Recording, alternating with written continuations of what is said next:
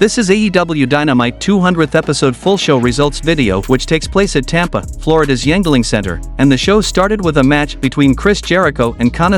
Shida versus Daniel Garcia and Sammy Guevara.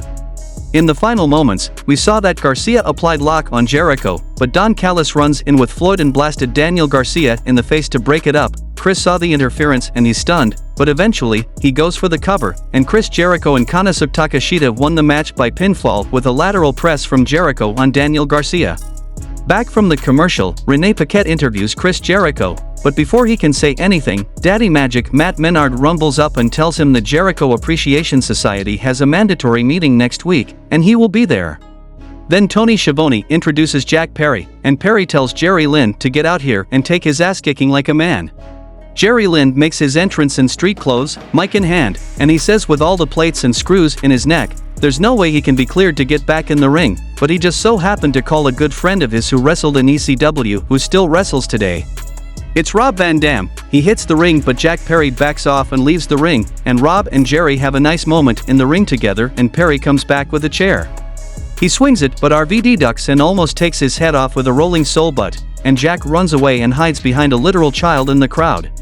Then we saw a triple threat match between Jon Moxley vs Penta El-Zero-M vs Trent Beretta, and the result of this match was Trent Beretta defeated Jon Moxley and Penta El-Zero-M by pinfall with a Buseiku knee on Penta El-Zero-M.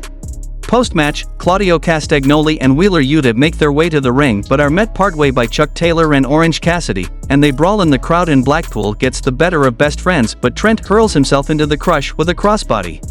Chuck blasts a chair at Claudio's face and sends him packing, an orange punch on Moxley, and Taylor gets on the mic and says it looks like this didn't accomplish a goddamn thing, so Friday night on Rampage he wants to finish this in the parking lot.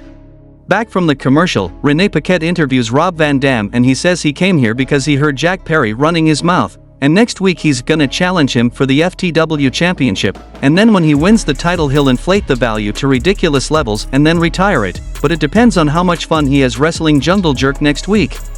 Maxwell Jacob Friedman makes his entrance and gets on the mic, and he says he's a little emotional, so bear with him because he wants to have a heart-to-heart with everyone in the arena and watching at home. As some of us know, he has attention deficit disorder, and with that comes a litany of other disorders, including rejection-sensitive dysphoria, which is when you have trouble managing feelings of rejection and they get blown up out of proportion. He said, to be honest, being a scumbag is easy, getting booze is easy, what is hard is being vulnerable, and he knew if he opened himself up and got booed it would kill him, it would take him right back to being that kid who had quarters thrown at him, but he's not scared anymore.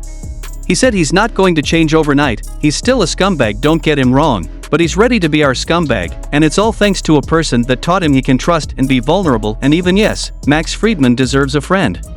He introduces Adam Cole, who comes down with no music or fanfare, and he says he was scared and didn't know what a man really was, but Max is becoming the man he's meant to be.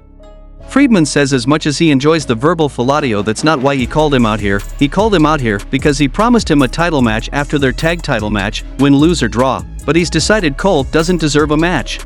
Everyone is aghast, but Max continues, saying Adam doesn't deserve a match, he deserves the match, at the biggest show in history, in front of the biggest crowd, Wembley, all in. There's no one he'd rather make history with than Cole, and he passes him the contract to sign, and Adam signs it and tells Max he loves him, Friedman reciprocates, and they hug. MJF says he has to be honest, he's gonna win, they have some good-natured banter about it and post in the turnbuckles, and Roderick Strong is shown watching backstage and he throws a fit, smashing and throwing things and crying.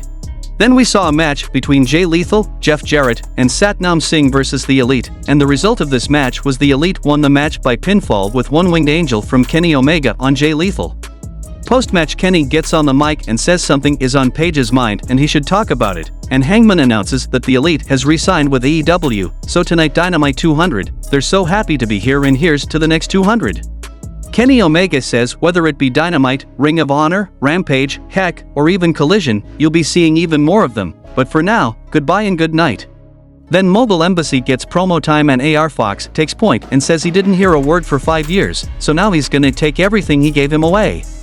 Shane Strickland says he won't lie and say you're family, but when you're a Mobile affiliate, he'll take care of you and put you in his movies. We get footage of Strickland and Fox visiting Nick Wayne while he's training, and they attack him and his training partners, finally smashing a framed photo of Buddy Wayne over his son's head and showing it to the camera, where we see it's him and Nick together. Wayne bleeding from the face, Shane grabs Nick's phone to call Darby and they make him unlock it and call him, and Strickland tells him to shut up and listen and asks him why he couldn't be bothered to call AR Fox, and they're the ghosts of his past and here to haunt him, and this is only the beginning. The next match happened between Aussie Open vs Elito del Vikingo and Commander for the ROH World Tag Team Championship, and the result of this match was Aussie Open won the match by pinfall with Coriolis, retaining the ROH World Tag Team Championship. In the main event of the show, we saw a match between Hikaru Shida vs Toni Storm for the AEW Women's World Championship, and the result of this match was Hikaru Shida defeated Toni Storm by pinfall with a victory roll pin, becoming your new AEW Women's World Champion, and Shida celebrates as confetti rains down, and the show goes off the air.